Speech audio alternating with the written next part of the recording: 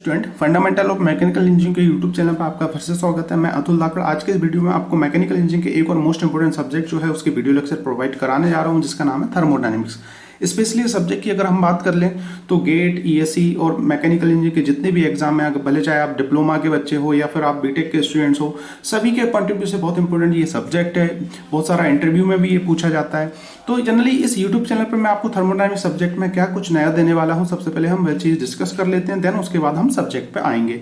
होता क्या है, बहुत सारे जो स्टूडेंट्स हैं, जो मैकेनिकल इंजीनियरिंग के जितने भी स्टूडेंट्स हैं, सभी स्टूडेंट जितने भी सब्जेक्ट हैं वो सब्जेक्ट को पढ़ते हैं और जब लास्ट में जब उनका एग्जाम आता है तो वहाँ पे जो है उन सभी चीज़ों को याद करना जो है एक डिफिकल्ट टास्क हो जाता है। तो जनरली मैंने आपसे जो है ये सब्जेक्ट इस टाइप से डिजाइन किए हैं कि मैं आपको जितना भी पोर्शन पढ़ाऊंगा वो वेरी सिंपल लैंग्वेज में मैं आपके सामने एक्सप्लेन करूंगा। साथ ही साथ मैंने सब चीज़ों को एक साथ नहीं लिया है, मतलब मैंने बहुत सारे टॉपिक्स को खोज नहीं किया है, मैंने लिमिटेड टॉपिक्स को लिया है और कोशिश की है कि सभी टॉपिक्स मैं कवर कर सकूं, वेरी सिंपल वे में आपके सामने एक्सप्लेन कर सकूं। तो होप आपको मजा भी आएगा। आप देखिएगा सभी वीडियो लेक्चर्स को तो डेफिनेटली आप इसको एंजॉय करेंगे। और ये जो मैं वीडियो लेक्चर आपको प्रोवाइड कराने जा रहा हूं थर्मोडायनेमिक्स के, जनरली अगर आप इनके नोट्स बनाएंगे तो ये जो नोट्स हैं इनको आप 1 से 2 दिन में अगर आप पढ़ लेंगे आसानी से, इन नोट्सों को आसानी से पढ़ के आप कहीं भी किसी भी अगर आप इंटरव्यू देने जा रहे हैं, गवर्नमेंट में, प्राइवेट में भी अगर आप इंटरव्यू देने जा रहे हैं तो उससे जुड़े हुए क्वेश्चंस के आप आंसर दे पाएंगे। और साथ ही साथ अगर किसी ऑब्जेक्टिव एग्जाम में आप बैठ रहे हैं तो वहां पे भी बहुत सारे ऑब्जेक्टिव जो प्रॉब्लम्स हैं उनको आप सॉल्व कर पाएंगे। तो होप स्टार्ट करते हैं। और सबसे पहले मेरा आपसे रिक्वेस्ट है कि इनके नोट्स जरूर बनाइएगा और साथ ही साथ मेरे यूट्यूब चैनल को अगर अभी तक आपने सब्सक्राइब नहीं किया है तो उसको सब्सक्राइब जरूर कीजिए, क्योंकि इस पर मैं आपको मैकेनिकल इंजीनियरिंग के जितने भी सब्जेक्ट हैं सभी सब्जेक्ट के मैं आपको वीडियो लेक्चर प्रोवाइड करा रहा हूं, जिससे कि आप घर पर ही सेल्फ स्टडी के माध्यम से आप जितने भी गवर्नमेंट के एग्जाम है, प्राइवेट के जितने भी एग्जाम है, इंटरव्यू की अगर आप प्रिपरेशन कर रहे हैं तो सभी की जो प्रिपरेशन है आप कर पाएंगे। ठीक है, तो लेट्स स्टार्ट करते हैं थर्मोडायनेमिक सब्जेक्ट। तो मैं बिल्कुल सिंपल वे में आपको बताऊंगा, एक एक चीज आप नोट करते जाइएगा। सबसे पहले जनरली एक डेफिनेशन पूछी जाती है कि ये थर्मोडायनेमिक्स से इसका सेंस क्या होता है, इसका अर्थ क्या होता है। तो थर्मोडायनेमिक सब्जेक्ट जो है जनरली ये 2 ग्रीक वर्ड से मिलकर बना हुआ है, 2 ग्रीक वर्ड। सबसे पहले हम ये लिख लेते हैं, 2 ग्रीक वर्ड से ये मिलकर बना हुआ है। ठीक है, ये एक तरीके से ग्रीक वर्ड ही है, 2 ग्रीक वर्ड से मिलकर बना हुआ है। पहला है आपका थर्म प्लस दूसरा है डायनामिक्स। तो जैसे कि आप देख रहे होंगे यहाँ पर थर्म का मतलब होता है हीट और डायनामिक्स का मतलब एक तरीके से हम मोशन भी बोल सकते हैं या इसको हम पावर भी बोल सकते हैं या सम काइंड्स ऑफ इसको हम वर्क भी बोल सकते हैं।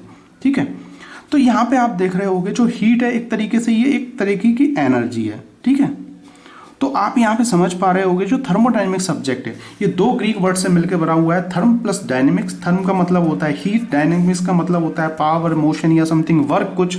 तो मेन हमारा उद्देश्य क्या है थर्मोडायनेमिक सब्जेक्ट पढ़ने का, जनरली हमें बताता है व्हाट इज एनर्जी, एनर्जी है क्या। ठीक है, और उसको कैसे एक्सचेंज करना है, मतलब एक फॉर्म से हमें एनर्जी को दूसरे फॉर्म में कैसे चेंज करना है ना, मतलब हीट को कैसे यूटिलाइज करें और उसको हम वर्क में कन्वर्ट कर सकें। जैसे कि आपके पास बहुत सारी लकड़ियां हैं, वुडन है आपके पास, है ना, उसको आप जला रहे हो जनरली, तो जलाने से वहां से हीट निकली। अब उस हीट का आप यूटिलाइजेशन कैसे करें, जैसे कि उसको हमने फर्नेस में डाल दिया, फर्नेस में डालने के बाद फिर हम बॉयलर्स जो है, हम जो बॉयलर है उसको उसमें पानी डाल के जनरली उसमें पानी को हम हीट कर रहे हैं, तो इस टाइप से उसका यूटिलाइजेशन कर रहे हो। तो जनरली थर्मोडायनेमिक्स हमें यही चीजें बताता है कि व्हाट इज हीट, हीट का यूटिलाइजेशन आपको कैसे करना है, कौन से डिवाइस इसके अंदर होंगे, कौन से लॉ इसके पीछे वर्क करेंगे, इन सब चीजों का जो कॉन्सेप्ट हमें देता है थर्मोडायनेमिक सब्जेक्ट। तो होप आपको समझ में आ गया होगा। थर्मोडायनेमिक्स मतलब थर्म मतलब हीट से जुड़े हुए जो कॉन्सेप्ट को क्लियर करे। ठीक है, अब हम बात करते हैं इसकी डेफिनेशन की। वेरी सिंपल डेफिनेशन है, इसको आप लिख लीजिएगा। तो इसकी डेफिनेशन जो है वो नथिंग, एक वेरी सिंपल डेफिनेशन है। Thermodynamics is a science of energy transfer and its effect on physical properties of substance. हर एक चीज जो है मैं आपको लिखवाऊंगा डेफिनेशन, क्योंकि यहाँ पर जो ये मेरे वीडियो लेक्चर हैं वो डिप्लोमा के स्टूडेंट्स भी देख रहे हैं, बीटेक वाले भी देख रहे हैं, स्पेशली जितने भी हिंदी मीडियम के स्टूडेंट्स हैं, तो सबके लिए मैंने यहाँ पे कवर करने की कोशिश की है। तो thermodynamics is nothing, thermodynamics short में लिख रखा है मैंने, is the science of energy transfer and its effect on the physical properties of system, properties of system. ठीक है। तो ये सिस्टम क्या होता है मैं अभी आपको आगे बताऊंगा पूरा इसके बारे में। देन फिजिकल प्रॉपर्टीज क्या होती हैं, इनको भी सभी चीज़ों को मैं एक्सप्लेन करूंगा कौन कौन सी प्रॉपर्टीज होती हैं, ठीक है। और एनर्जी ट्रांसफर, इसको भी हम थर्मोडायनेमिक्स में आगे पढ़ने वाले हैं, ठीक है। तो करता क्या है thermodynamics subject, generally thermodynamics is science of energy transfer, एक तरीके की ऐसी साइंस है जो कि एनर्जी ट्रांसफर के बारे में डील करती है। एंड जब हम एनर्जी ट्रांसफर करेंगे किसी वस्तु के अंदर तो and its effect on physical properties of system, मतलब जो सिस्टम है आपके पास उसकी फिजिकल प्रॉपर्टीज में क्या क्या चेंजेस होंगे, इन सब चीज़ों का लेखा जोखा जो है हमें थर्मोडायनेमिक्स बताता है। जो भी कॉन्सेप्ट है वो सब थर्मोडायनेमिक्स बताता है, ठीक है। तो जैसे कि एक सिंपल सा एग्जाम्पल लेता हूँ, जैसे कि आपने आपके घर में कोई भी एक बर्नर होगा, बर्नर में आपने पानी भर दिया, ठीक है। एक बर्तन है, बर्तन में आपने पानी भर दिया, उसमें आपने स्टोव की मदद से या गैस की मदद से उसमें आपने एनर्जी दी, तो क्या होगा वो गर्म होना स्टार्ट हुआ। पहले जो था वो ठंडा था, ठीक है, फिर वो धीरे धीरे गर्म होना स्टार्ट हुआ, तो उसकी फिजिकल प्रॉपर्टीज में चेंजेस हुए, मतलब उसका टेम्परेचर चेंज हुआ। पहले टेम्परेचर जो था वो आपका 20 डिग्री सेल्सियस था, देन उसके बाद आपने हीट दी तो टेम्परेचर उसका बढ़ा, ठीक है, बढ़ता गया 70 हो गया, 80 हो गया, ठीक है। तो जो सिस्टम है वो आपका एक तरीके से वही बर्तन है, ठीक है। और फिजिकल प्रॉपर्टीज मतलब उसके टेम्परेचर में क्या चेंज हो रहा है, उसके अंदर आपने जो पानी भर रखा है उसके पानी के वॉल्यूम में क्या चेंजेस हो रहा है, ठीक है। वहां प्रेशर क्या है, एटमॉस्फेरिक प्रेशर है जनरली, ठीक है। और वहां पे हो क्या रहा है फिनोमेना, हीट ट्रांसफॉर्मेशन हो रहा है। तो ये सब चीजें जो है हम आसपास हमारे नेचर में देखते हैं, हमारी जितनी भी चीजें घटित हो रही हैं वो सब थर्मोडायनेमिक्स के अंदर आती हैं। तो होप आपको ये चीज समझ में आ गई होगी थर्मोडायनेमिक्स क्या डील करता है। It is science of energy transfer and its effect on physical properties of substance. Then इसका मेन एम क्या है थर्मोडायनेमिक्स का, सबसे पहले ये चीज भी हम डिस्कस करेंगे। ये सभी जो क्वेश्चंस हैं आपको पूछे जाते हैं, है ना, तो इन क्वेश्चंस को हमें अच्छे से पढ़ के रखना है। तो जो इसका मेन एम है, the main aim of thermodynamics is convert disorganise form of energy, जैसे हम बोलते हैं heat, into organise form of energy. क्या करता है, is convert disorganise form of energy, disorganise form of energy. Disorganise form of energy कौन सी होती है, आपकी हीट, ठीक है। इसको कन्वर्ट करता है into organise form of energy, organise form of energy, जो कि है हमारा वर्क, ठीक है। तो होप आपको राइटिंग समझ में आ रहा होगा अच्छे से। तो मेन एम क्या है थर्मोडायनेमिक्स का, जनरली ये क्या करता है, डिसऑर्गेनाइज फॉर्म ऑफ एनर्जी। हमेशा पूछा जाता है डिसऑर्गेनाइज फॉर्म ऑफ एनर्जी कौन सी होती है, heat, and organise form of energy कौन सी होती है, आपकी वर्क, ठीक है। तो होता क्या है इसमें आप समझिएगा, जैसे कि मैंने आपको अभी एग्जांपल दिया, आपके पास अगर आसपास जो है अगर लकड़ी डली हुई है, वुड डला हुआ है, आपने जो है ये लकड़ी का पीस आपके पास है, ठीक है। जैसे ही इसको आपने जलाना स्टार्ट किया तो क्या होगा, यहाँ से फ्लेम निकलेगी इसकी, है ना, और ये एनर्जी डिस्ट्रीब्यूट करेगी एटमॉस्फेयर में। तो इसके जो मॉलिक्यूल्स होंगे ये हीट है आपकी, ठीक है। तो ये जो मॉलिक्यूल्स होंगे ये डिसऑर्गेनाइज मैनर में होंगे, मतलब ये ऑर्गेनाइज मैनर में फ्लो नहीं होंगे जब तक कि इसको प्रॉपर हम किसी सिस्टम में ना रखें, है ना। सिस्टम मतलब किसी पर्टिकुलर, जैसे कि इसको अगर मैंने यहाँ पे चारों तरफ इसको कवर कर दिया तो हम क्या करेंगे, इसको ऑर्गेनाइज मैनर में लेके फिर इसका कहीं यूज कर लेंगे। तो जनरली जो हीट होगी वो डिसऑर्गेनाइज मैनर में जो उसके मॉलिक्यूल्स होंगे वो फ्लो होते हैं, और देन उसके बाद उसको हम with the help of system और भी बहुत सारी चीजें हैं उनकी मदद से ऑर्गेनाइज फॉर्म में कन्वर्ट करके उसको वर्क के थ्रू आउट जो है हम उसको कन्वर्ट करते हैं। तो जनरली मेन एम ही यही है हमारा थर्मोडायनेमिक सब्जेक्ट में, हम इसी चीज को डील करते हैं। मतलब हमारे पास जो हीट है, हीट को हम वर्क में कन्वर्ट कर पा रहे हैं कि नहीं प्रॉपर, ठीक है। कितना परसेंट जो है हम हीट को वर्क में कन्वर्ट कर पा रहे हैं, 100% तो पॉसिबल नहीं है किसी चीज की इफिशिएंसी, लेकिन हम उसके पास नियरेस्ट पहुंचने की कोशिश करते हैं। तो यही हमारा जो मेन जो हमारी लाइफ है उसमें भी यही हमारा रूल होना चाहिए कि हम 100% एकदम लेके ना चलें किसी चीज को, हम जो है धीरे धीरे करके उसकी तरफ बढ़ें, तो देन डेफिनेटली आप अपनी लाइफ में भी हमेशा सक्सेस पाओगे, है ना। तो बात करते हैं, ये दोनों चीजें आपको क्लियर हो गई होंगी, आप होप आपको अच्छे से समझ में आ गई होंगी। मेरा आपसे रिक्वेस्ट है इनके नोट्स जरूर आप साथ में बनाते जाइएगा। अब देखिए थर्मोडायनेमिक सब्जेक्ट जो है इसके अंदर दो अप्रोच बेसिकली बहुत रोल प्ले करते हैं, है ना। तो यहाँ पर हम अप्रोच की बात करते हैं सबसे पहले, अप्रोचेस, ठीक है। जनरली ये थर्मोडायनेमिक्स के नहीं है, हम सब्जेक्ट में हर सब्जेक्ट में बात कर सकते हैं ये अप्रोचेस के बारे में। तो पहला जो अप्रोच होगा वो आपका होगा माइक्रोस्कोपिक, वेरी इंपॉर्टेंट टॉपिक है, ये भी पूछ लिया जाता है। माइक्रोस्कोपिक अप्रोच और मैक्रोस्कोपिक अप्रोच, ठीक है, इसको हम बोलते हैं स्टैटिकल थर्मोडायनेमिक्स अप्रोच भी हम बोल सकते हैं, ठीक है।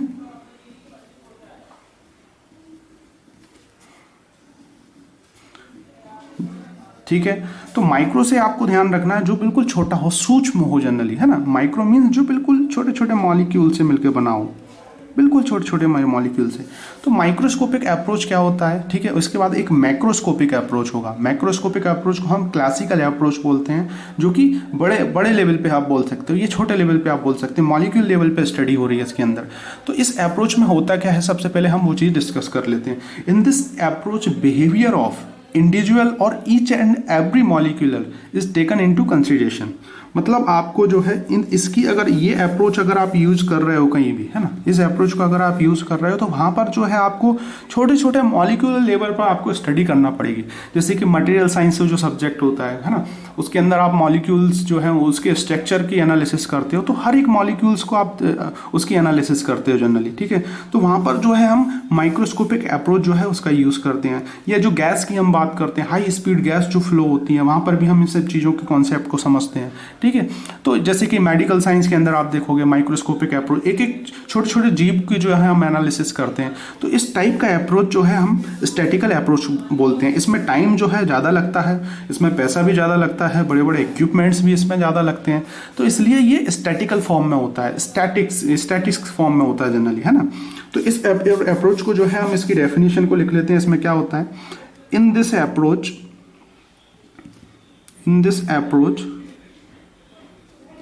behavior of each and every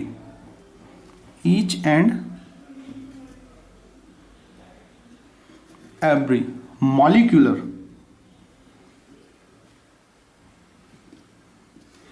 is taken into consideration means हम उसकी स्टडी करते हैं, उसको कंसीडर मान के, ठीक है। तो जनरली जैसे कि मैंने आपको बताया, ये जो अप्रोच है इसमें पैसा भी आपका ज़्यादा लगेगा, टाइम भी ज़्यादा लगेगा, ठीक है। बहुत सारी चीज़ें ये अप्रोच इसमें कंसीडर होते हैं। तो इस अप्रोच को हम जनरली जो थर्मोडायनेमिक सब्जेक्ट है उसके अंदर यूज़ नहीं करते हैं। इस चीज़ को आप याद रखिएगा। जो माइक्रो मीन्स छोटा लेवल का जो अप्रोच है उसको हम थर्मोडायनेमिक सब्जेक्ट के अंदर यूज़ नहीं करेंगे। जैसे हम स्टैटिकल अप्रोच भी हम बोलते हैं जनरली, स्टैटिकल थर्मोडायनेमिक्स अप्रोच मैंने लिख दिया है, लेकिन it is not a thermodynamics approach. Simple से जनरली ये अप्रोच है जिसके थ्रू हम किसी सब्जेक्ट की स्टडी करते हैं। और दूसरा होता है आपका मैक्रोस्कोपिक, जिसे हम बोलते हैं क्लासिकल मैक्रोस्कोपिक, ठीक है, अप्रोच। थोड़ा बहुत अगर मैं स्पीड में मेरी स्पेलिंग वगैरह गलत हो जाती है तो उसको आप करेक्ट जरूर कर लीजिएगा। इसे हम बोलेंगे क्लासिकल थर्मोडायनेमिक्स अप्रोच, ठीक है। इस अप्रोच को हम यूज़ करते हैं कहाँ पे, थर्मोडायनेमिक सब्जेक्ट के अंदर। इस चीज़ को आप ध्यान रखिएगा, वेरी इंपॉर्टेंट चीज़ बता रहा हूँ। ये जो अप्रोच होता है, इस अप्रोच में हम मॉलिक्यूलर लेवल पे नहीं जाते हैं। इसमें हम क्या करते हैं, कोई भी सिस्टम है उसके एवरेज बिहेवियर को हम कंसीडर करते हैं, या certain quantity of matter is consider, ठीक है। तो जैसे कि इसकी डेफिनेशन को सबसे पहले हम लिख लेते हैं। यहाँ पे शायद आपको दिख रहा होगा, नीचे मैं पूरी डेफिनेशन लिख देता हूँ। इन this approach consider only average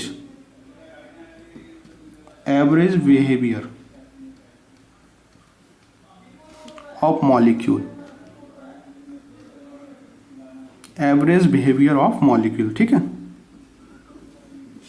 या आप दूसरे में इसको लिख सकते हो, certain quantity of matter is consider, ठीक है।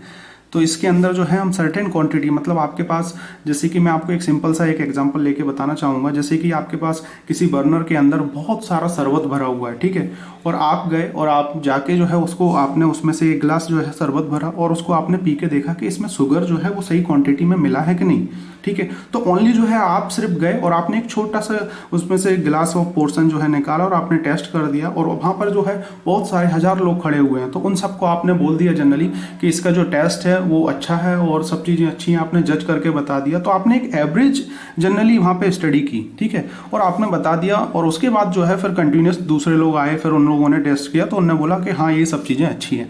तो उसी टाइप का अप्रोच जो है हम जनरली थर्मोडायनेमिक सब्जेक्ट के अंदर यूज़ करते हैं, ठीक है। तो जैसे कि आप देखते होंगे, मैं एक सिंपल सा थर्मोडायनेमिक सब्जेक्ट के अंदर ही मैं आपको एक एग्जांपल देके बता देता हूँ। आपके पास जैसे कि कोई एक चीज़ है, ठीक है, ये एक सिस्टम है आपके पास, ठीक है।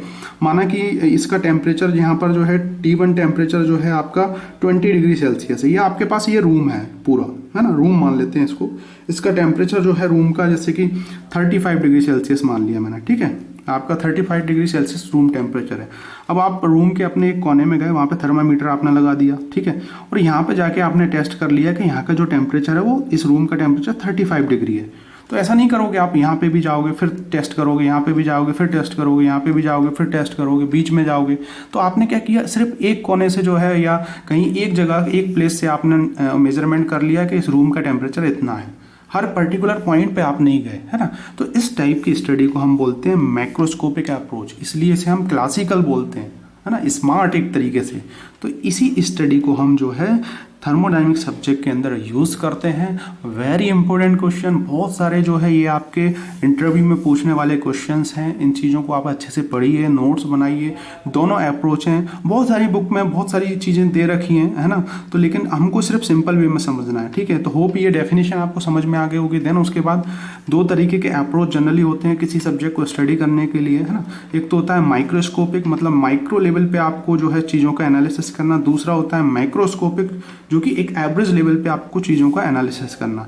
तो जो एवरेज लेवल पे हम करते हैं जनरली, है ना, उसके लिए भी पर्टिकुलर सिस्टम होते हैं, पर्टिकुलर सब्जेक्ट होते हैं, ठीक है। हर चीज़ की जो है हम माइक्रोस्कोपिक लेवल पे स्टडी नहीं कर सकते। यहाँ पे जिस चीज़ की यूज़ होता है उसी के अकॉर्डिंग जो है हम उस अप्रोच का यूज़ करते हैं, ठीक है। तो यहाँ पर जनरली ये आपको, यहाँ पर आपका पैसा बचेगा यहाँ पर, ठीक है, ये स्मार्ट वर्क होगा। और इसी का जनरली थर्मोडायनेमिक सब्जेक्ट के अंदर हम यूज़ करते हैं। क्यों? क्योंकि इसके अंदर जनरली हम जैसे कि जो प्रॉपर्टी की अगर मैं बात करूँ, प्रेशर, टेम्परेचर, डेंसिटी, ये सब चीज़ें जो है एक तरीके से माइक्रोस्कोपिक अप्रोच को फोकस करती हैं, ठीक है। तो होप आपको ये सब चीज़ें समझ में आ गई होंगी। वेरी इंपॉर्टेंट चीज़ जो है मैंने आपको कवर करने की कोशिश की है। तो ये बेसिक सी चीज़ें हैं, इन बेसिक सी चीज़ों को आप अच्छे से नोट्स बनाइए। सबसे पहले पीके नाग जो बुक है इसको आप ले सकते हैं, इससे आप पढ़ना स्टार्ट कीजिए। इसमें आपको न्यूमेरिकल पोर्शन भी मिलेगा, इसके अंदर आपको थ्योरी भी मिल जाएगी। बार बार इसको पढ़ते रहिए। एक बार में आप जो है, दो बार में जो है पीके नाग बुक को नहीं समझ पाएंगे।